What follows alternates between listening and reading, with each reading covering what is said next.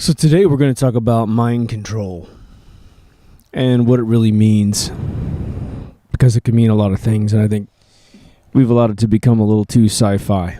And what do I mean by that? Well, if you go and tell your family members, hey, every intelligence agency for the last 60 years have been developing methodologies to control your mind, and you are completely and utterly, for the last, say, 40 years, been a fish in a tank of which they control, either partially or 100%, your family members are going to go, you're crazy, get away from me, blah, blah, blah.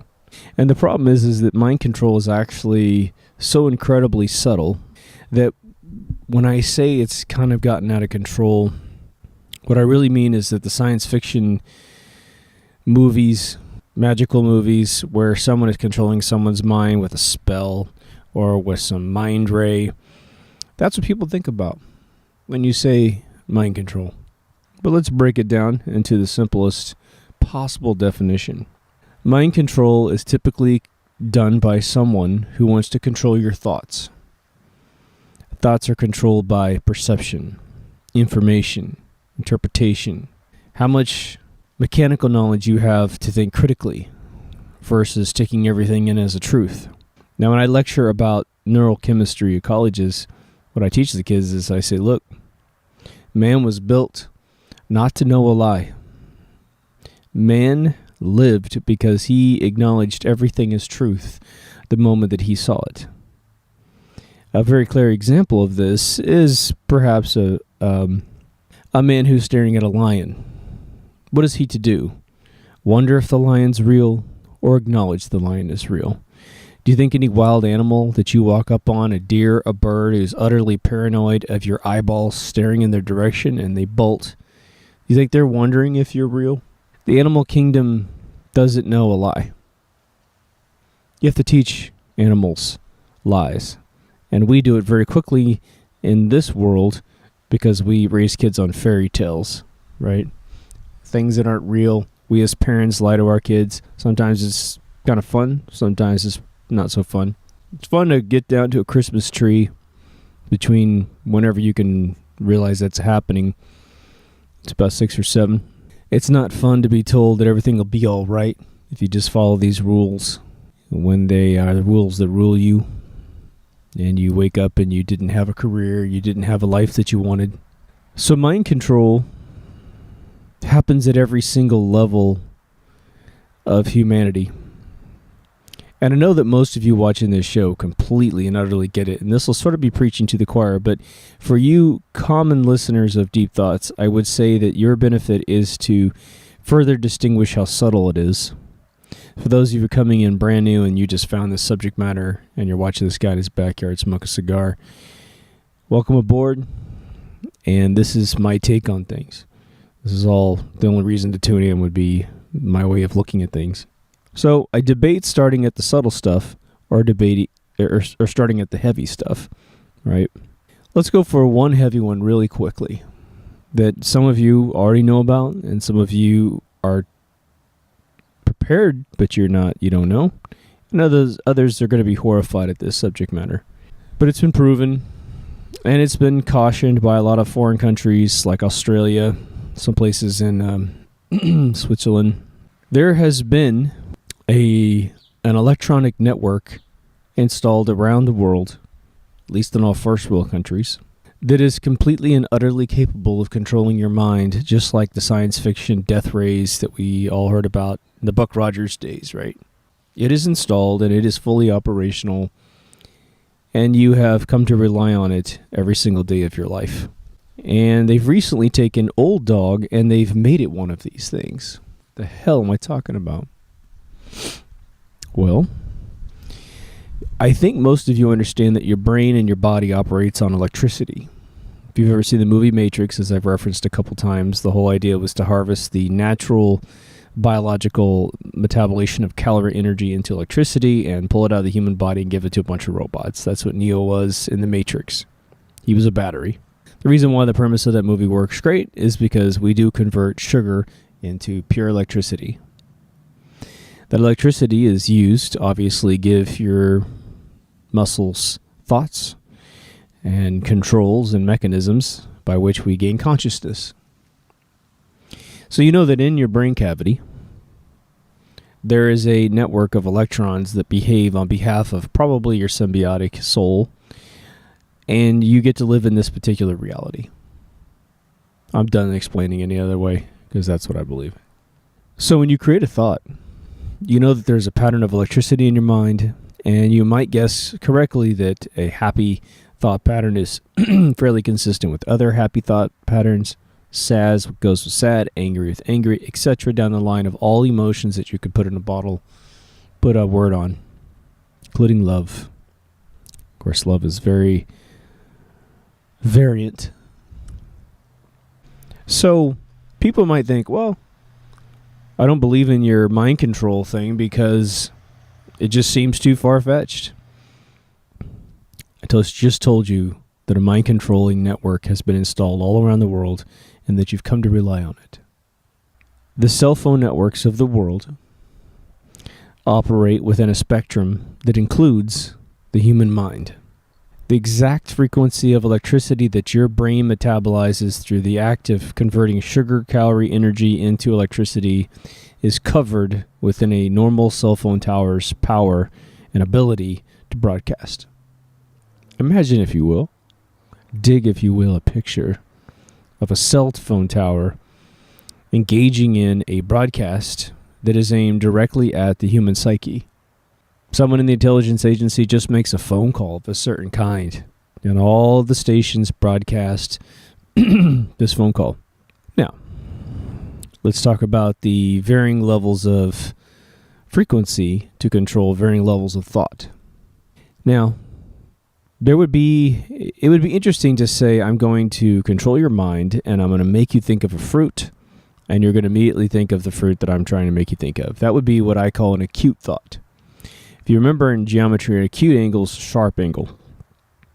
An X-Acto knife, it's got an acute blade at the end, right? That might be difficult. I'm not sure as to whether or not a tower could make everybody lust for McDonald's or something. Would McDonald's love that? But what I'm absolutely certain of, and just from the sheer mathematics of simplicity, the obtuse, which is an angle over 90 degrees, an obtuse thought of peace, of panic, of acceptability, of denial, whatever spectrum of thought they want you to have, they simply broadcast it over the cell phone towers, and you will have that feeling. Now, that's cell phone towers. I'm going to go to a fringy one, then I'm going to come back home to an easy one. HARP. The antenna weapon up in Alaska, and supposedly they've built several others that we just simply don't know about on remote islands. But they have this invention that a guy named Bernard Easton, and I believe 58, patented a bunch of Tesla patents, once again, to create a weapon that could create all kinds of havoc. But beaming down electrical patterns onto society is one of the fortes of this device, including creating earthquakes and manipulating weather and all kinds of other wild stuff. It's just electron modulation. But that could also create the same exact effect as these cell phone towers. Now, I can't explain this, but I meant to mention this in the suicide episode. The night that Robin Williams killed himself. I've explained this a couple times. I was going to put this in here because it was very suspect for me. I think I came out at this patio around 12 o'clock, midnight, and I smoked a cigar and worked on a film. And then I went inside and sat down at my desk. And I was living with my girlfriend at the time. She goes off into the master bedroom, goes to bed. So I'm in my office. Sometimes I sleep in my office. And I'm just in there. And around 1 o'clock on the button, I had the most dreadful feeling I've ever had in my life. And my life was fantastic. No problems whatsoever. I wasn't taking any drugs. I wasn't taking any medicine of any kind. And I just sat there for probably 1 hour, at least, trying to shake this off. And it was, I thought, well, maybe it's the tobacco from my cigar. But, come on, I've smoked hundreds of these things, never had any mood change like that at all. And I just felt utterly dreadful to the point I actually climbed in bed with my girlfriend and just sat with her because I just need somebody around me. And it really didn't help. But when I woke up and found that Robin Williams had committed suicide and I was going through this horrible feeling of dread. I mean, I didn't probably cross over anywhere near anything suicidal whatsoever. I just felt like something wrong had happened, like something in the force just petered off. Now, I have no idea when he ended his life or had his life ended or whatever.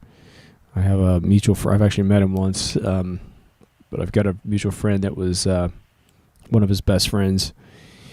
And I called him eventually, and he wasn't really surprised that the event took place, so that's someone who knew him extremely well. So I guess, some of us, every time someone good goes like that, we're all suspicious for a little while at least.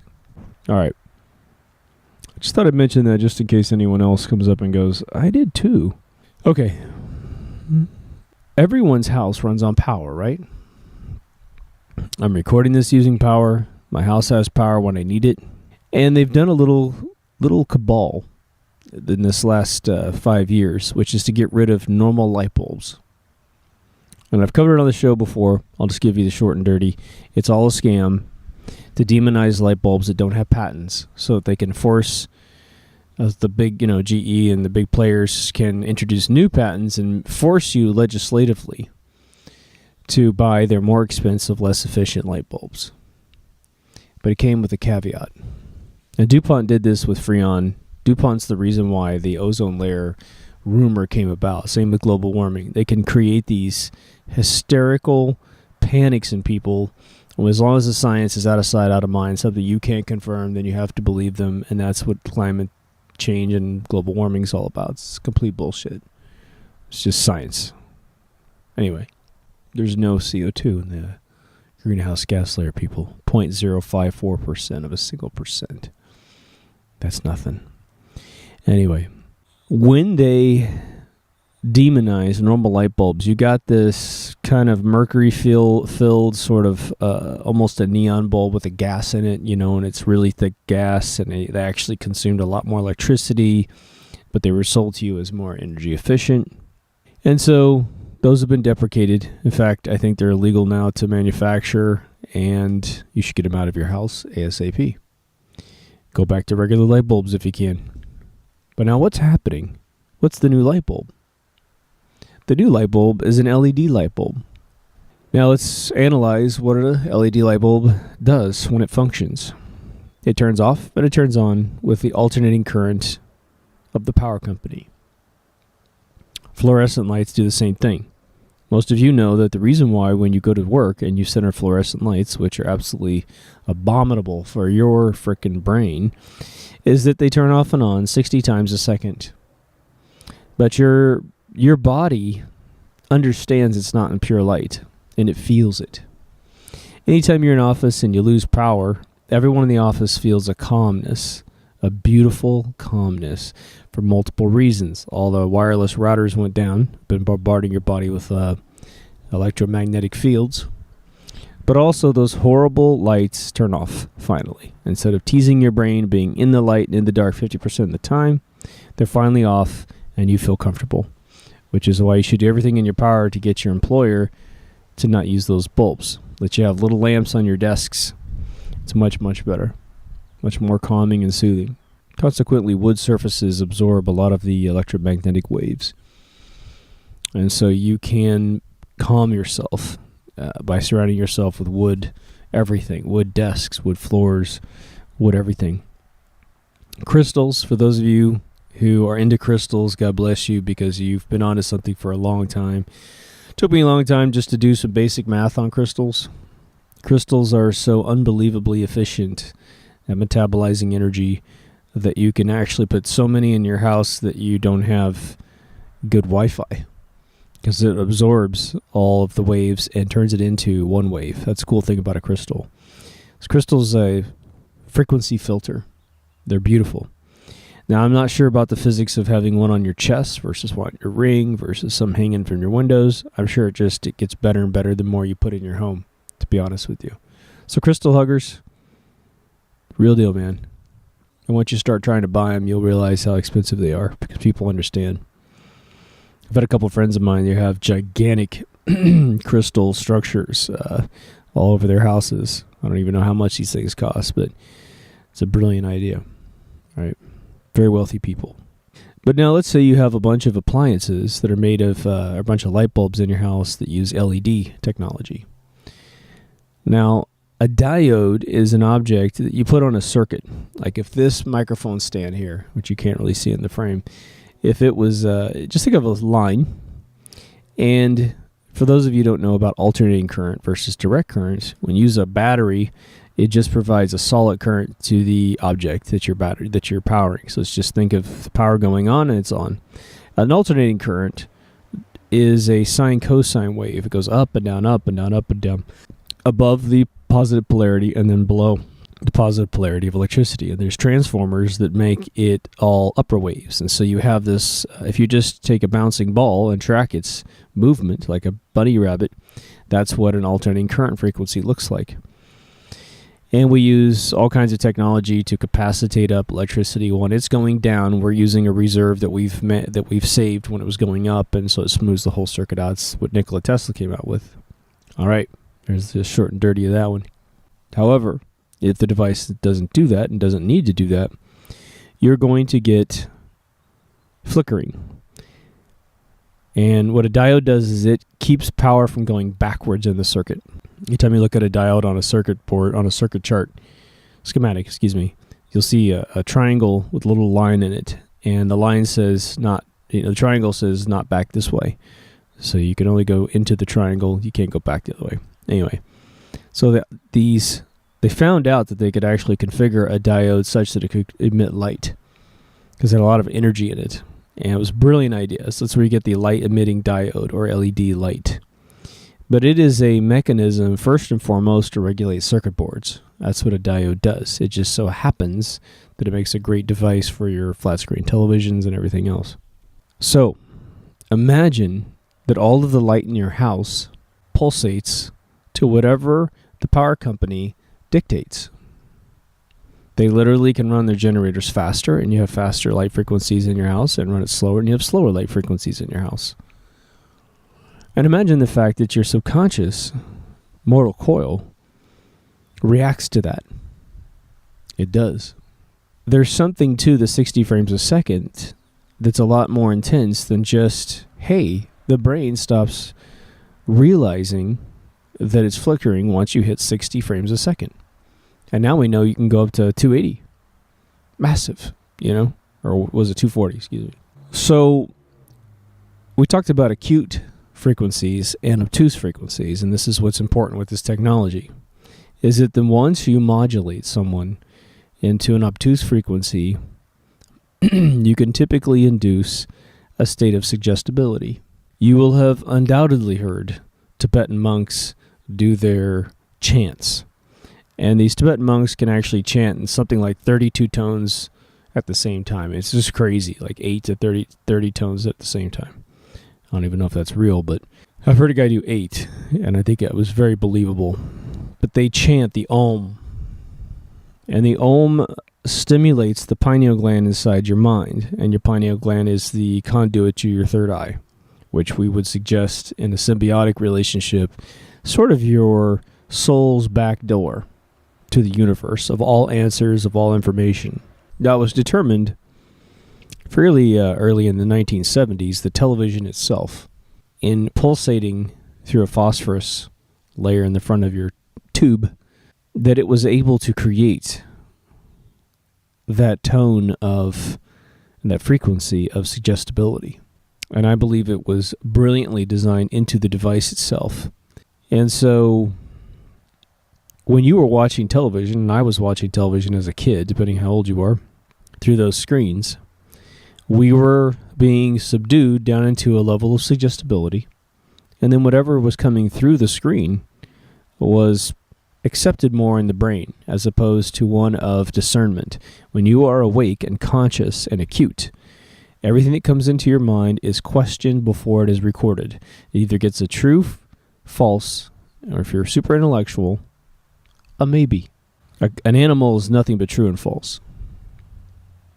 We as human beings do maybes. We put it on shelves inside of our minds with usually a bit that's more biased towards a yes or no. But it's evaluated later. So imagine you have a device in your house that's sort of hypnotizing you. This is all above board stuff. And then you have a television show that's broadcasting at you. It could be nonfiction, which means true, or fictional, which means false, just a fictitious story. But you have news, just like just like Ron Burgundy's second movie, right? The news went from trying to be mostly factual and backed up by ground reporters, backed up by video, by documentation, confirmed 4 or 5 times over by witnesses. It went from that substance, or that substantive mechanism of what we call journalism back in the day, up to something that we would just simply call reporters. Each individual news agency had people on the ground looking at it from different angles.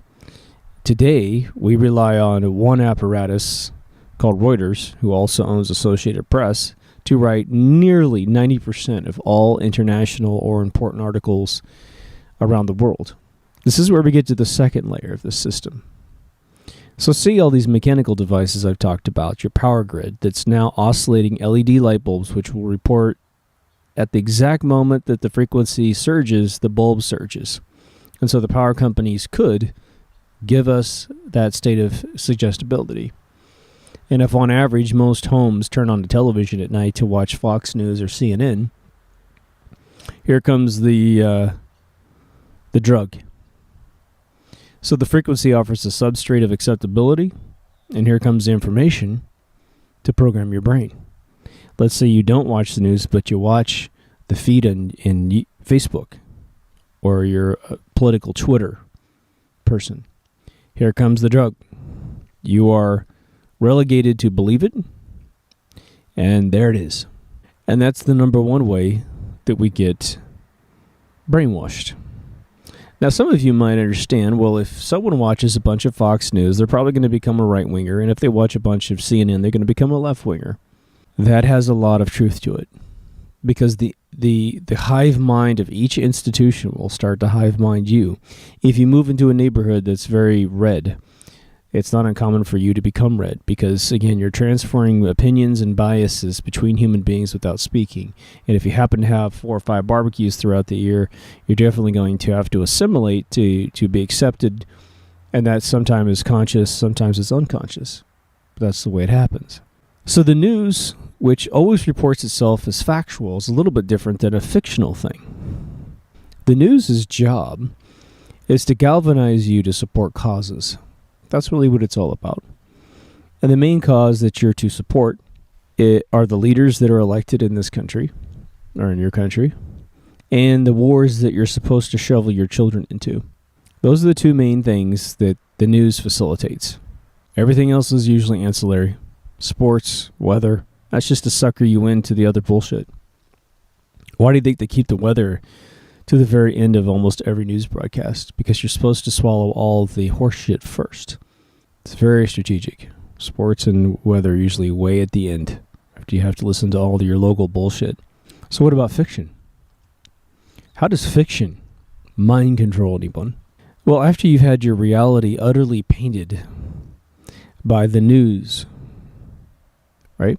You woke up in the morning, you didn't know what happened, and so you turn on the news to figure out what happened. And it could be completely false or it could be completely true, but you've been taught to make sure that whenever you find the input channel that you trust, from all the ones I just named to all the others, you then relax because what you're trying to do is take it in all as true. Old people still like newspapers. Old people still like magazines like The New Yorker. For them, that is truth. And they've selected those venues because in their mind they're pre-certified. It takes time and it takes energy to take a thought in your mind and discern it. And so when you find a source that you do not discern, it's a pleasant experience. Just read and ingest and trust. And I'm going to tell you that maybe there's no source like that anywhere in the world, not even this show. Like, I'm trying to be accurate, but you watch, if you don't turn to annotations during my Mars episode, I'm getting all kinds of things wrong. Eventually I'll go back and fix that, but I can only try to inform you with the truth, right? Now, I've taught a couple classes on writing on deep thoughts, so if you're interested, go back and take a look. But just look up screenwriting. But when you look at television and film, television is the number one medium right now to program human minds. The way that a show is pitched, for television especially, is essentially you have a premise, which is the mechanical world that your characters are in, and then you have a story overlaid on that. And the story generally has a controlling idea, although for television it does evolve from season to season. Sometimes they hold them over. Like for Battlestar Galactica, the reboot, it was the entire group of folks are going to this other planet, and you end up finding out that they're going to Earth. But every episode, every season is all about getting to this destination, and if they don't, they're going to perish. So everything else is a subplot. All right? Now, within the story, it must facilitate, with the premise attached, themes. And themes are huge. A theme is, there's 39 plots in the universe. We haven't been able to find the 40th one.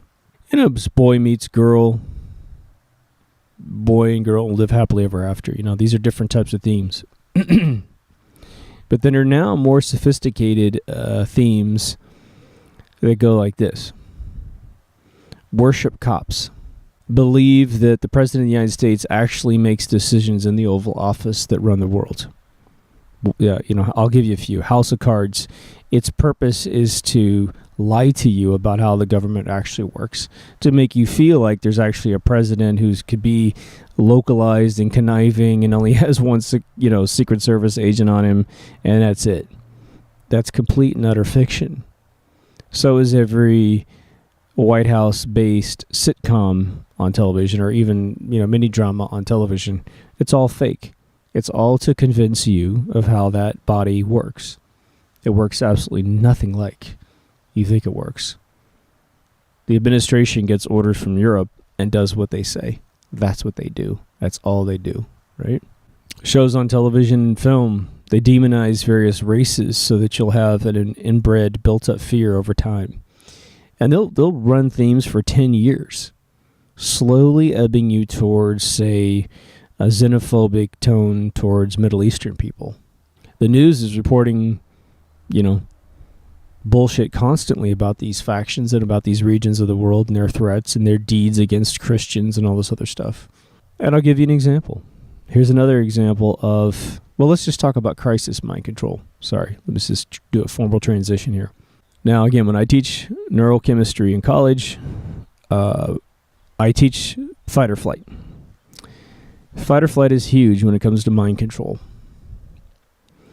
A lot of you are familiar with fight or flight in its more pure definition, which is when someone backs you into a corner, you'll go feral and you'll do things you never thought you could. Mothers turning over cars, that kind of stuff, right? But there's something very, very specific about fight or flight that's huge in mind control. If you're in a room, just picture this for a second, and a very, very hungry, salivating lion somehow walks into the room that you're in. And I mean, you're not in a zoo. That's what makes it phenomenally terrifying. It's massive. You've never seen a lion before. The things are utterly massive. Their heads are gigantic. Their claws are gigantic. They're massive beasts. They're small horses, right? And for a series of seconds, you are now contemplating dying with this lion's teeth sunk into your neck. Well, you bleed out. When that happens to you, your biology and your chemistry and your mind completely change and shut off every single cognitive circuit related to your personality. It disappears. It flushes. the blood supply in your frontal lobes will constrict out of terror, robbing you of your right brain for sure, right away. And a meager supply of operational electricity and blood supply will go to your left brain to make sure that the most logical version of you, the most primitive R-factor version of you, kicks into high gear and potentially saves your life. Objects in the room that were inanimate objects turn into weapons automatically. You start to plan how on earth you could possibly hide underneath the desk and stab this thing in the eye or whatever. Hurt it in a way that it runs away, giving you a chance to shut the door and call the cops. When you are in this utter state of terror, you no longer have the discerning circuit operational in your mind. It's almost as if someone reached up and turned it off. On September 11th, 2001, every single one of us felt this feeling. I would say virtually all of us. We were watching something horrific unfold on television. For most of us, like myself, we completely fell for the false flag inside job that is 9/11. If you want to argue with me, go to Architects and Engineers for 9/11 Truth. There's over 11,000 PhDs and master's degrees and bachelor's degrees in all of the applicable sciences, all saying it's impossible what you saw that day, at least as it was described by planes. But when we were watching television that day, our right brains were at a minimum level of capacity. And when they came on the news all throughout the days after that for 2 weeks and kept telling us it was Osama bin Laden in a cave somewhere on dialysis, right? We believed it because we had no other mechanical ability to do anything else other than believe it. And once something gets recorded in long-term memory as a truth, when you recall that memory of what happened on that day and it flies back up to your consciousness, it has a chemical signature, electrical signature that says this information was true. That's how we recorded it. And so when someone tells you later on that it's not true, part of your stress is it's like a muscle, right? If you're not used to taking bad information and evaluating it out of the truth column into the false column, it hurts. It does. And so that's the conundrum. That's one of the big conundrums of mind control. Now, you might think, okay, well, 9/11s don't happen that often, dude. So this thing you're talking about doesn't happen that often. All right. In the last 10 years, we've had, Aurora, Colorado, theater shooting, a mosque shooting in Wisconsin, I believe, Virginia Tech shooting, Texas Naval Base shooting, Marine shooting in New York. We've had a Boston bombing, Sandy Hook, San Bernardino, shootings all over different states. It's nonstop. And every single time one of these fake massacres or real massacres occur, in part, we've had the Paris bombings, we've had Paris assassinations, we've had Madrid stuff recently, the Belgium thing recently. If you believe it, and you've never become conscious of this whole thing, then you're in a state of fight or flight that night or that day. When you hear that information, the more empathetic you are towards the people that you believe have lost their lives. And then the wave of false news comes into your mind. Comedians will stand on stage and validate these stories, put them in their comedy bits. There's a lot of comedians that wouldn't have a job if they weren't subliminally towing agendas. You'll see this all the time. Bill Burr just came out and did a whole piece on population control and how we all need to die. Like a bunch of us need to die because we're not fit to be alive. But he is, of course, right? I like Bill, but, that's why he gets his stand-up bit, because he's towing agendas like that. And some of them are probably not aware of it, but, they need to check who suggests topics to them. They might bring in 40 topics and say, this is what my hour-long bit is, and they got some producer that's licking his pen, vetoing certain subjects and saying, oh, this one's good, do this depopulation thing. Let's push that towards the front in case people shut off the camera, or they'll edit it in the front. Themes of thinking, right? One of the reasons why I mention this crisis stuff is that there was a claim, and I've heard it many times in my smoke shop by Christians. The Christian children were beheaded in the Middle East, And that's one reason why, we have to send our kids over to kill them. Well, I don't know how many of you had the courage to look at the photographs that they said were these slaughtered children, but I did.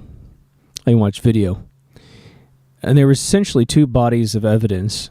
One was laughable video of these kids lying on the ground.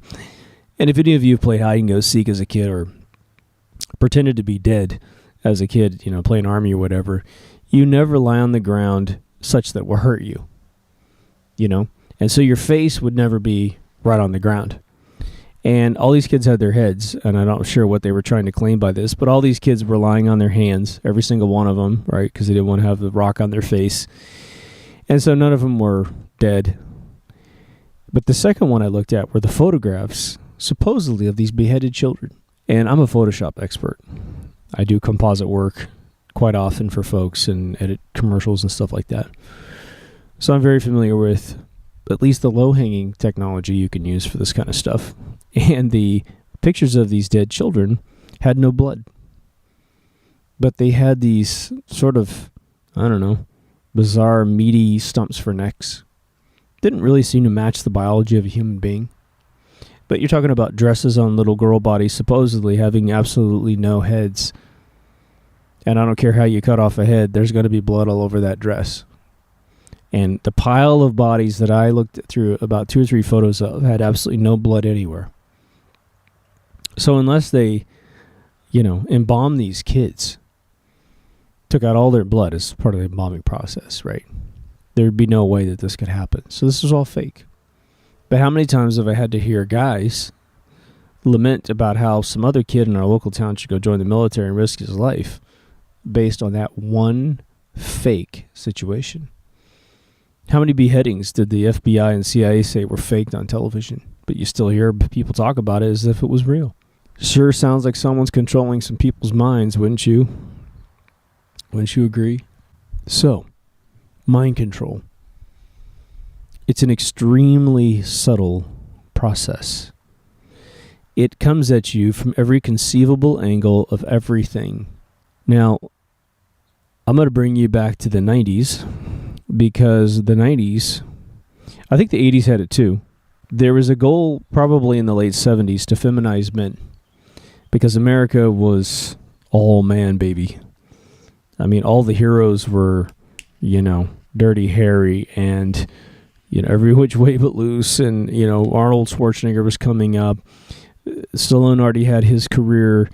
You got Bruce Willis coming on deck in the 80s. Everyone was a manly person and willing to live for what America was all about. John Wayne had set the tone. All the cowboys, sort of the fruitier cowboy films in the 50s got boys to think like men. They had honor. They lived for something. So as much as I love the 80s, I did a whole episode on the 80s. I believe it started in the 80s where they were dressing up guys like girls. And I'm personal friends with a ton of these guys. But, I don't really worry about long hair, obviously. I think that there's something very spiritual about long hair. Just look up that article on Native Americans tracking during the war. That's where I am with it. But putting on makeup and doing your hair like a girl, frizzing it all out, which is where we got glam rock in the 80s, I think that was the first attempt. And I got a buddy of mine who worships all these bands from the 80s, including the ones that are more heavy looking, but he hates Guns N' Roses, which is really strange for me. And we had dinner the other day, and I said, look, man, Guns N' Roses was the last big rock and roll band in existence, and they refused after their first video where they made Axl Rose poof out his hair and wear makeup for Welcome to the Jungle.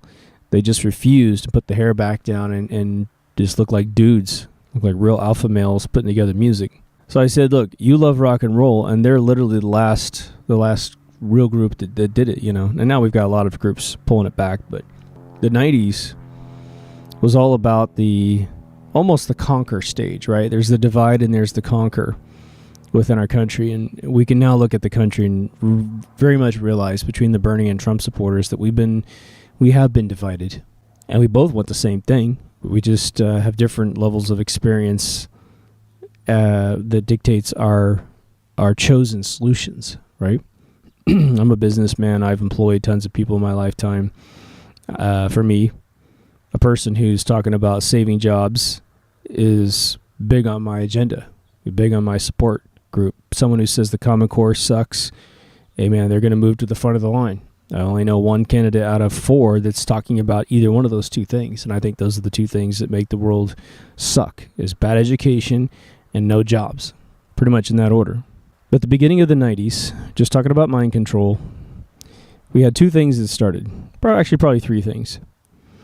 We had gangster rap coming out of the late 90s with NWA, which the charter was that no one was talking about the truth, which I think that Ice-T had already he had arrived there before NWA, but NWA comes out and their whole thing is, look, no one's talking about the ghetto the way it really exists. So I do agree that had some value. The problem is it kicked off a gangster mentality across the United States, where I would go back to my little hometown in Kansas, and I've got white kids running around like they're from Compton. Not that many, but some. Graffiti blew up in my hometown. And so I watched its destructive force all throughout the 90s, and we still have it to this day. We had grunge music come out, which I will give Nirvana the sole credit for grunge, and everyone else was a copy. But that's fine. Someone has to invent it, and everyone else has to jump on the trend. That's cool. But in the end, what was just a sound out of a garage that sounded amazing, with a group that was actually trying to make a statement in their own way, bringing up subjects like rape and a bunch of other things, and almost making fun of society and how frivolous it had become, right? Turned into a movement where all of the kids in America were trying to dress grungy, trying to think grungy, because we had this really shiny, polished 80s with a lot of parachute pants and all kinds of other flappy clothes out of Spandau Ballet's book. And we went a different route. Now, that someone might just say, look, it's just a cultural thing. It wasn't your thing. I was in my 20s all the way through the grunge era, so it should have been my era too, But I started looking around, and especially some of my family members would shop at these, Goodwill places. And all the rich kids were going to Goodwill to buy a bunch of crappy clothes to look poor. While these poor people who need the best clothes they can find, best clothes they can afford, had to get the extra crappy stuff because all the rich kids went in and bought all the good stuff. And this was an epidemic in the 90s. Like, kids were just so proud they wouldn't buy, new clothing. So, I don't know. Sound a little wonky to me. But we also had a major effeminization of men. And one, grunge, like Sebastian Bach said, was largely the revenge of the nerds, right?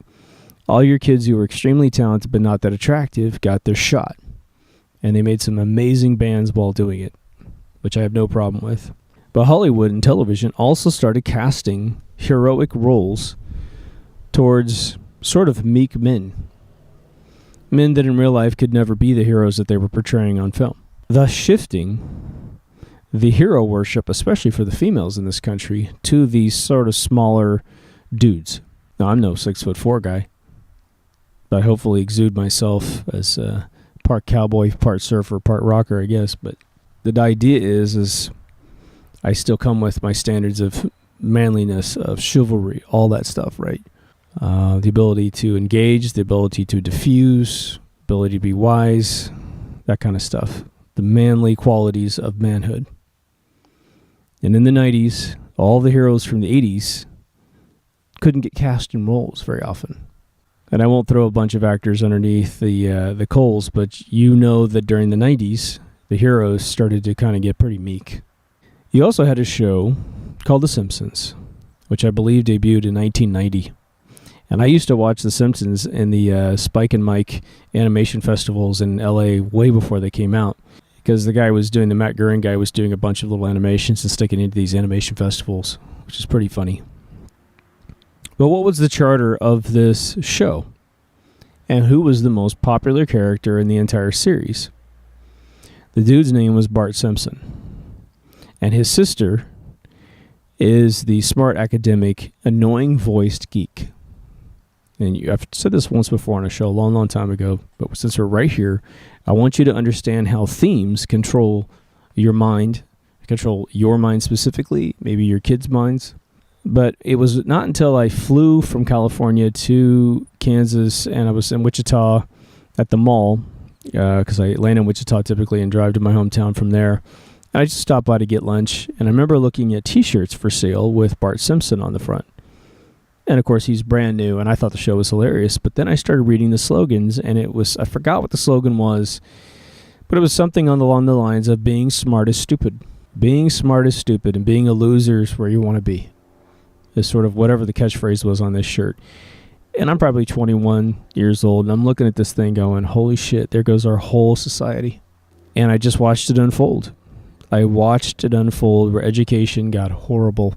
The standards of society got horrible. Kids got super lippy against their parents and against any type of authority of any kind. Even just education became stupid. And so now we have a generation that is the byproduct of that era. We still have not put out the fire of gangster rap. It should be over. Rap can still exist. Hip-hop can still exist. But this whole thing of disrespecting women, of, a gun is a solution to everything, smoking dope, smoking weed is somehow a revolutionary concept of rebellion. You want to know why a ton of these guys who in any other light couldn't get a job are now multi-millionaires?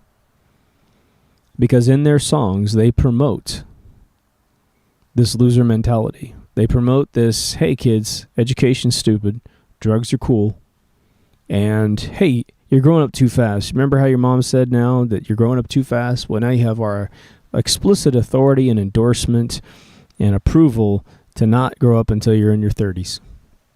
And then you realize in your 30s, well, you have about 5 to 10 years to have all those kids, or you're going to be absolutely exhausted. But you don't even have a job. Because society said, well, you can put that off, right? Now, for every show that's bad, there's probably a show that actually has some positive themes to it. But you'll find that most sitcoms in the world all have one story mechanism that fuels, I'm going to say, at least 80% of all the sitcom formats. And it goes like this. If you're writing a sitcom, in the first 5 to 10 minutes, you have to commit some sort of moral crime against the family or against the cast. One person's going to hide something, whether it be a truth they could speak or an item they can actually smuggle. They'll break something and not admit it, steal something and not admit it, sleep with somebody and not admit it. And the other 15 minutes is a story about bringing that lie out. So in the end, you think, oh, well, it's got a good moral story at the end. It's constantly driving home into the minds of kids. Don't steal, don't lie, don't do all these things. And I would say that a percentage of kids probably go after the end product of the moral of the story. But a lot of kids just get the first 5 to 10 minutes. I'm not saying it was majorly different in the 70s, but there was a certain code of conduct in the 70s and in the 60s. My Three Sons, take a look at it. Brady Bunch, take a look at it. Still the same themes, but everyone else's, just the morality push to be good was huge. In movies, sponsors buy lines in movies. And you might think, well, I know that, because there was a Coca-Cola bottle, all over, there's Coke products all over this particular episode. There were Apple computers all over these episodes. And obviously these companies are either, thumbing it up or they're paying for it. Most of them pay for it. Apple can usually trade the computers for sponsorship, for their name being up there. So they give the computers to the sets for free, and then they get that. No one's going to do that for a Coke can, right? They're going to make Coke pay. So you know about the blatant stuff to make you lust after a particular brand. Now, think about lines about global warming. There's a great movie out there called Pacific Rim. Unbelievable movie. And there's a part in the film where you can tell he took some money. And it's when they try to explain where these beasts from the ocean are coming from. And they mention global warming, climate change. When we screwed up the world, towing an agenda to take some money, or towing an agenda to get the studios to produce the film, to control your brain, to make you think that a falsehood is true. Now, let's get to the most basic form of mind control that there is. And a lot of you have probably been talking to the screen already because this is true. Would you believe that the strongest form of brainwashing, the strongest form of mind control on this planet costs nothing, doesn't take any major apparatus? I mean, you can get it through electronic means all day long. But the number one method of mind control is repetition. To repeat a falsehood over and over and over again is all you need to start believing it's true. Senselessly believing it's true, with no evidence believing it's true. Anyone who believes in climate change, you are completely brainwashed by repetition and have not done your science, or you've read bad, articles sponsored by these corrupt organizations trying to control world population through making energy cost a lot of money through carbon taxation. And again, I'm just going to repeat this a couple times because some of you might be new. They're trying to tell you that CO2 in the atmosphere makes us get warm. Well, in the greenhouse gas layer index, which is all chemicals in the atmosphere that make us warm, it's 99.9% water, and the other fraction of a percent is divided among several chemicals, one of which is CO2, and the percentage of CO2 in that 1% is 0.054%, or 540th of a percent of a single percent has any CO2 in it at all. That's the science. You don't need any other fact. That's it. It has nothing to do with warming the world. All right. So if you believe that, you now know that you have been a victim of repetition. The fact that we landed on the moon, you're a victim of repetition. Absolutely never happened. Osama bin Laden conducting 9/11. Repetition. Maybe the world's round. Repetition. We have Neil deGrasse Tyson telling the world that the world is actually, I think he said, an oblique sphere. So it has a real bulgy center, like really bulgy center. And, supposedly with all the photographs from space, we certainly don't see that, but one of the number one scientists of the world trying to tell you it's round has now told you it's a completely different shape. All cartology groups on planet Earth know that the continents aren't shaped like the way they are on a globe. So all the pictures from space are wrong because they're shaped like the ones that are on a globe. Hell, even Google Earth matches the shapes of the continents on a globe. So something's up. You've never seen a picture of Earth from space, and that's a fact. Ever. Everything you've ever seen has been faked by plane photographs. The first blue marble shot from space in Apollo 17 had the Red Sea being a zigzaggy, fully obstructed body of water cut in two pieces. But they fixed it later on. The first version was horrible. Can't even believe they released it. You'll see it all the time. I have friends of mine that try their best, and they do fabulous jobs of waking people up based off conversations they've had with me and now with others, because the world is waking up. That is simply the truth. And groups now get together that would never have questioned reality, and they absolutely have parties questioning reality. And I've got friends of mine that, they don't have the memory to really regurgitate a ton of stuff, but what we do is we have a series of repeat conversations about subjects until it becomes muscle memory. Until the truth becomes muscle memory. Once you turn on, because now we're going to get into a little bit of anti-mind control. Now, based on what I've told you, there's nothing you can do about cell phone towers, if indeed they're using these the way that they've been designed. The only thing I could suggest is that if something of great importance is happening in the world, there's another 9/11, there's some other cataclysmic thing, the power's off, or it shouldn't be power because the power would turn off their grid of control, but something else. And you need to essentially heighten your awareness that you might be getting bullshit at any point in time. They're going after your fight or flight mechanism, trying to traumatize you such as you can't think straight. Now, I wanted to say very quickly, I gave you the lion analogy of being freaked out so that you wouldn't be able to discern truth versus false, right? All going is true. And 9/11 is a good example. But you need to understand, there are techniques that are very low-hanging fruit that do the same thing, such as a loud sound. When you get done with your favorite show and the commercial comes on, you'll notice the commercial is probably about 20% higher volume They do that on purpose to shock your mind from getting up from the sofa and going away. It's to traumatize you. Video games have explosions because we want to traumatize you during this particular experience. And we understand we're going to pause the game's action a little bit because you're traumatized staring into your screen. But if we were to say something to you after the explosion, after a flash of light to the screen, you're going to believe that incredibly. And usually we hide affirmations. Headshot, right? So we want you to feel good about yourself so you'll continue buying our games. So again, cell phone towers, they're going to be operational unless the power goes out. Power goes out, pat yourself on the back, you're going to feel a hell of a lot better real soon. You just got to figure out where you're going to get your food and water. If it's an extended period of time. Hopefully you own a gun and some ammunition. Now, your television, I don't need to tell you, right? You turn it on. You need to understand that you're inviting in a mind-controlling mechanism.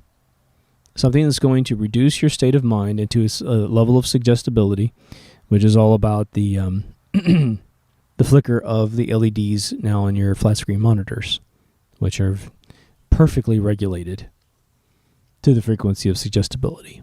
Outside of the actual device itself, you have the information that you're taking in.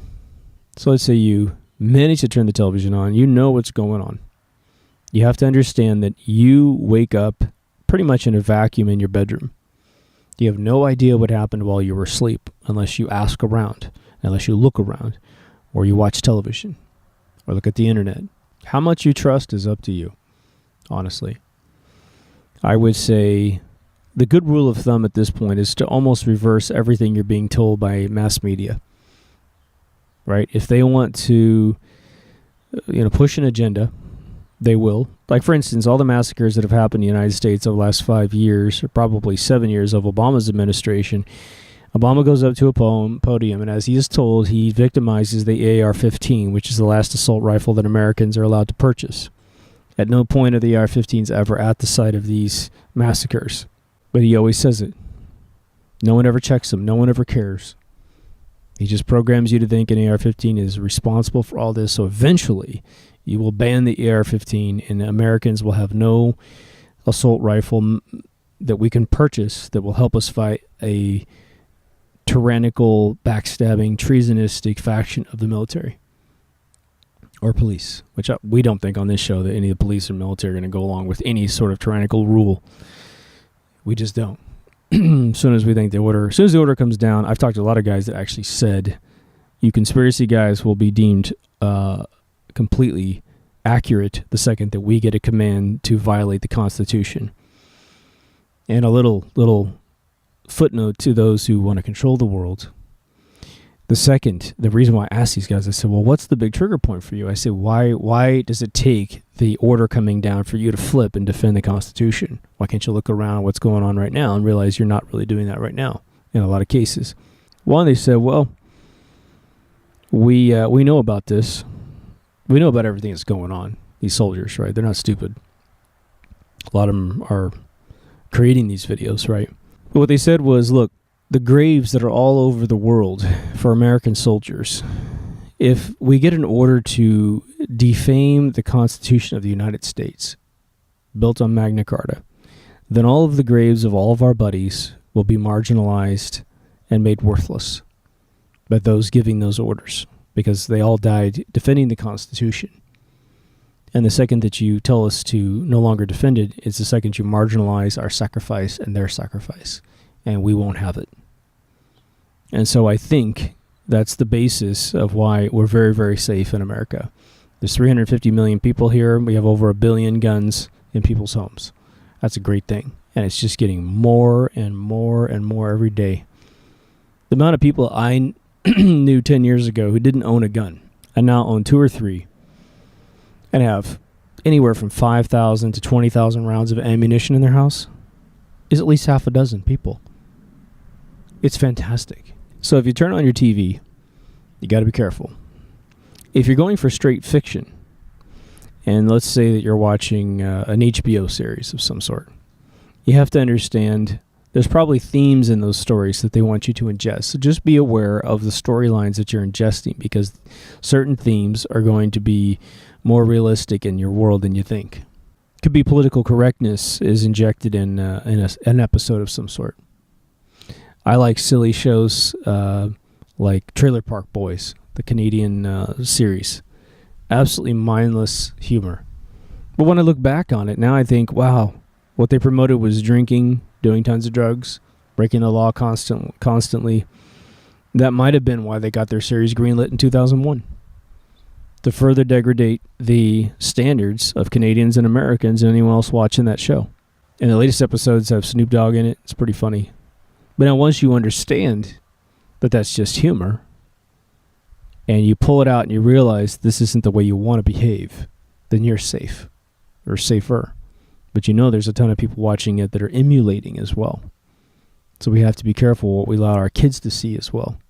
And I'll give you a silly example of where I personally, as a child, walked right into behaving badly due to a cult movie. And luckily there was a couple cult movies after that that straightened me back out again and got me interested in something different. But when I was 9 years old, and I still thank my father for taking me, so this isn't I almost like going through this phase. And it's a silly thing anyway, but I saw the movie Warriors, which is about a Coney Island gang called the Warriors that were summoned to go to a meeting in the Bronx where a massive gang called the Riffs were planning on taking over New York, using all the gangs as the method of doing that, and everyone's just going to protect their territory. And someone shoots this guy Cyrus and kills him from a different gang, but blames the Warriors for it because no one really saw who did it. And it was accusation, that was this. So the rumor mill went around. Every gang in New York is trying to kill the Warriors. And now the Warriors just want to get back to Coney Island. And when I saw this movie, I'd never been to New York City at the time. I was about to move to Massachusetts, but didn't know it. And I saw gangs. And it was, I had a gang of buddies, and I was their leader, so, in one way or the other. And we made a gang. It was stupid. We're little kids. We're like between 8 and 10. Or 9 and 10, I guess. Almost 11, right? It's almost got 2 years out of this thing. But we tried to get our own colors. We all tried to get leather vests. We obviously didn't do anything big boy, but we definitely vandalized the crap out of shit and stole a bunch of stuff, and we just weren't model citizens. All because one of the guys in this little group of dudes saw a movie and hero worshipped gang members. Now, there have been several comments from philosophers who look at culture, and they've said essentially the heroes that we are now told to worship are all bad guys. And if you think about it, there's the brilliant series called Breaking Bad. Well, who's the good guy? A chemistry teacher who makes the best methamphetamines in the southeast or Southwest America, in like New Mexico. So he's making a bunch of drugs, it's destroying a bunch of people's lives, but he's the guy that we're rooting for. And when his brother-in-law turns out to be the chief of police, we want that guy to lose. But he's the good guy. Now there's a brilliant series after that called Better Call Saul, about the attorney that was in there, played by Bob Odenkirk, who's one of the best writers, actors on planet Earth. He's also sort of a corrupt attorney, dealing with big boy issues, He hasn't quite gone completely dark yet, but he will. So we're rooting for him.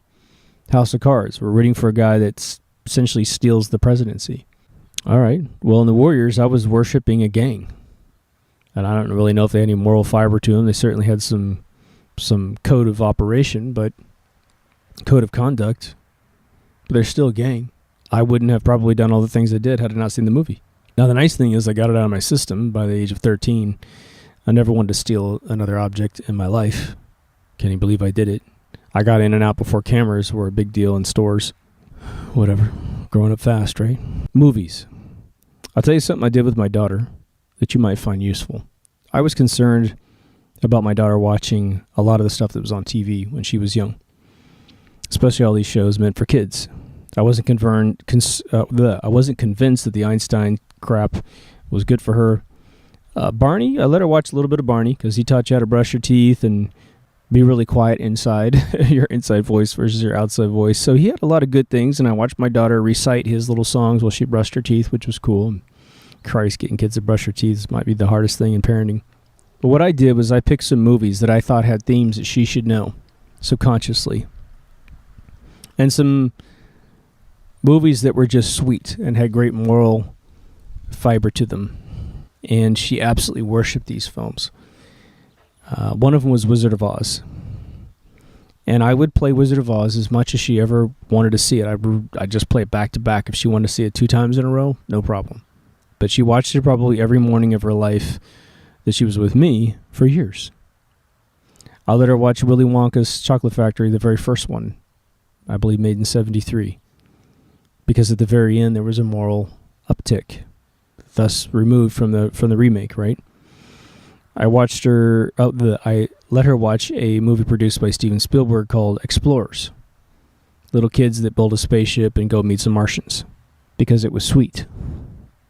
Had some good moral fiber to it.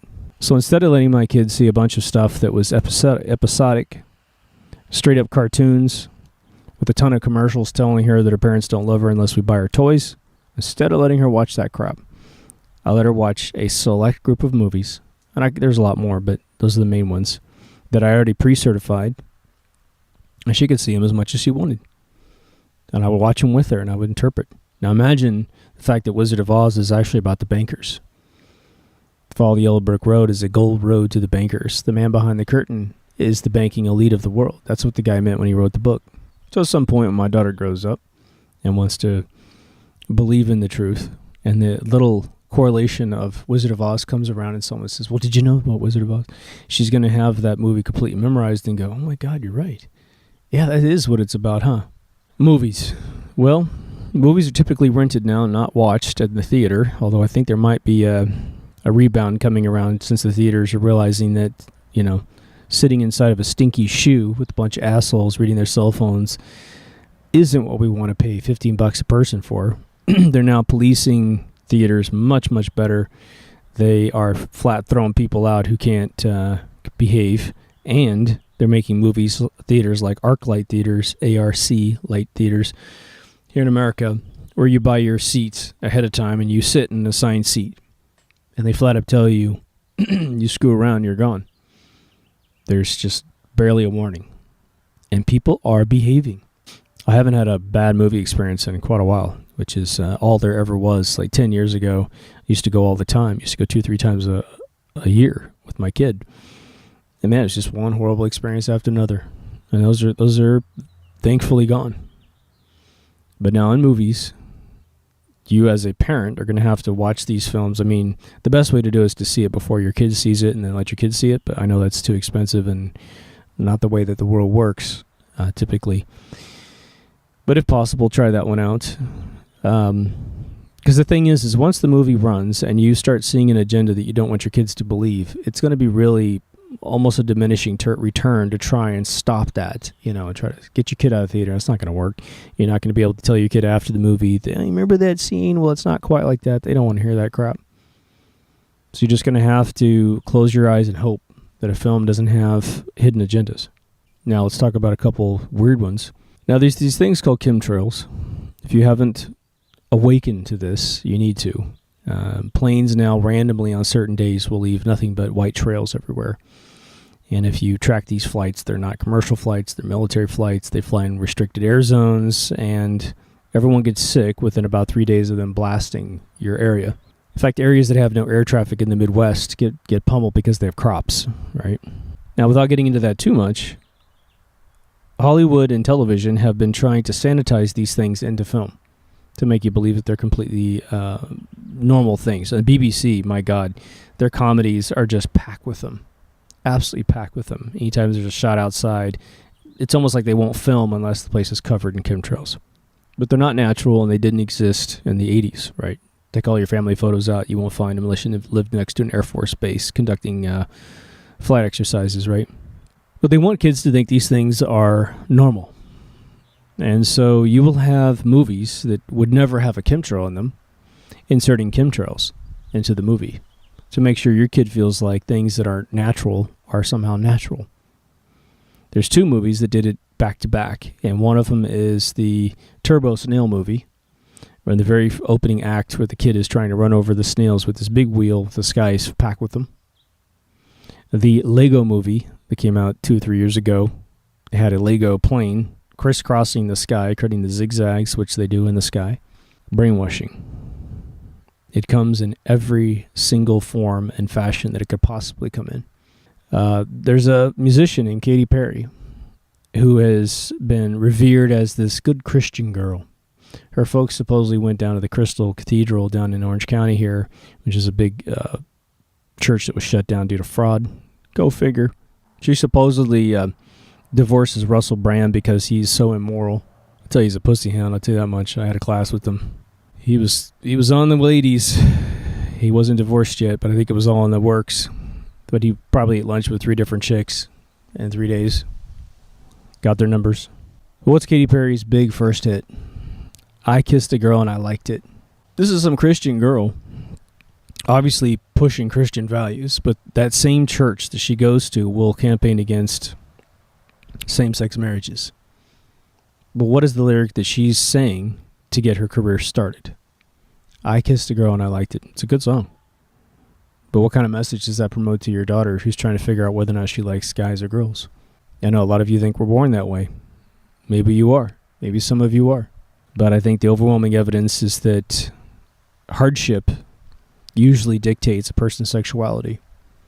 I've got friends of mine who think they were born that way, and I have to trust them because they had thoughts very, very early in their life towards the same sex. And I have friends of mine who flat out admit being in jail for 9 years was they only had same sex. It was a girl I met once, and she went in straight, sort of was bi in prison, came out, dated a girl, lived with her, but still demanded that there was men in her life, and then eventually, I think for the last 10 years, has been 100% gay. But she didn't try to mince words about the way she was born. She said, it just came to me over time. It was what I had access to. Sex is very important to a lot of people. When it becomes important and you don't have the opposite sex, either the confidence to go get it or something strange about you, or you're just not attracted to the opposite sex, or the ones that you're attracted to aren't attracted to you, you're going to implode. Nothing wrong with it as long as you're happy, right? I'm just telling you that there's arguments for both sides of the fence. My co-host on the normal show, he makes a lot of comments about the effeminization of men, and I do too. I want to make it clear that, at least from my standpoint, and I think from Kyle too, I think from the straight camp to the gay camp, it goes something like this. If you're born a particular way, and there's been no chemical, poisoning of your mother or your father during that process to maybe cause same-sex orientation, as long as it's completely natural, and I believe it is under certain circumstances, hey man, that's the way you're made. Enjoy life. Make it happen. And I don't really care. I don't need to get into your life personally. You can do whatever the hell you want. But the thing that's a little frustrating is that when we believe that culturally you're being, or your children, I should say, are being pushed into that same-sex orientation. And for those of you who are devout homosexuals, you look at me saying this and you think I'm an idiot. But I need you to understand, I've got friends of mine with PhDs in biochemistry who looked for the gay gene for the better part of 10 years, and they said that they believed they were gay, and they said there's no such thing. They couldn't even find a chemical imbalance in a mother to create an orientation switch. Doesn't mean it's not there. It's just some of the most brilliant minds on planet Earth are fairly convinced it's cultural. I mentioned on the show a long time ago, I have a cousin, a second cousin of mine, who's the age of my parents, and his mother was a little loony when he was a kid. She wanted to have a daughter. She already had 2 sons, and so she convinced her husband to get her pregnant again, and she started having another boy, obviously. And because she was a little crazy, she raised my cousin as a girl until he was about 12 years old. And I've seen a picture of him, my grandmother showed me, when I was about 17. My jaw hit the ground. He was a little girl dressed in a dress, a little Dutch boy haircut, just to kind of conceal this androgynous kind of haircut. Could go either way. And to this day, he's gay. And he's happy. He's an amazingly talented artist. But what do you think the odds are that he got the genetic trigger and a crazy mother at the same time? So for me, that particular example, my own family, proves to me that you can socially condition people to be one way or the other if you get to them early enough. So I think the frustration that Kyle and I have is that we don't want you to be manipulated into your choice. We want you to make that choice yourself, 100%. No one's suggesting that they kissed a girl and they liked it. Before you have the chance to make the decision for yourself, there's no influence in that area whatsoever. You just have what you have. And maybe we could pull back and say you have a strong mother and a strong father that participate in a normal nucleus manner of a family. And then you make your choice.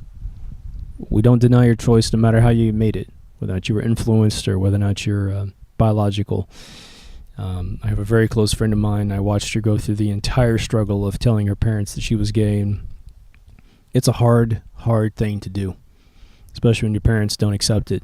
And she flat out told me, she goes, look, I wouldn't wish this on my kids because it's hard and it's unnecessarily hard and society's not ready for it. And thank God we have some people pushing back a little bit, but I think we're, in some areas they push back a little too hard, There's some, broadcasting channels that feel necessary to make sure that every sexual orientation is represented in every single, show on TV. Nothing wrong with that. It just depends on how much you want your kids to be stimulated the other way when they're young. It's up to you, But it is difficult when you're different, even if you're just a truther, and you guys know that. So if we take the advice from our intelligence agents around the world who have defected or retired, they simply say never watch TV and never watch a movie. Never listen to the radio. Never look at the internet. Because we control it all. And what they mean is they control everything that's important. And that they put the eyedropper of their agendas and their mind control into the content that goes on television, goes into movies. A lot of people sell movies, or try to sell movies, I should say, and they don't realize why their films aren't greenlit. While shitty movies that have agendas stuck in them get greenlit. And that's the reason why. Because at the highest level of editorial content distribution from, say, a major newspaper, a major news source that's internet-based or television-based, they have editors at the top that control the agendas that are reported on. Right? They control the entire agenda. There are no rogue reporters really in the world that report on things, except for maybe in local stations, and the second that they report on something hot, they get fired. When the Texas corridor, which is still being built and owned by the King and Queen of Spain for 150 years of tolls to all the citizens of America, when that was getting reported on, being a cabal, it's being built by an Australian company that is owned by the King and Queen of Spain. They reported on it, and in order to shut them down, some moguls came in and bought all of the newspapers in Texas and shut them down and fired everybody who reported on it to kill the press on it so it could get finished. So they're very devious about what they do. They're very efficient with what they do. So mind control is everywhere, and everything from the colors that products are, encoded with. Children's products always use prime colors, deep reds, deep blues, deep yellows. As it gets into a more an adult phase, you get your autumn palettes, your pastels, because adults want something more discerning.